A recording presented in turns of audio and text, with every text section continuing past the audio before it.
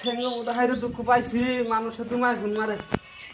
হ্যাঁ ভাবি ভাবি দরজা খুলুন। আমি করবে ফোন মারছিলেন যে ভাই বাইতে নাই না বাইতে নাই আইন গরু আইন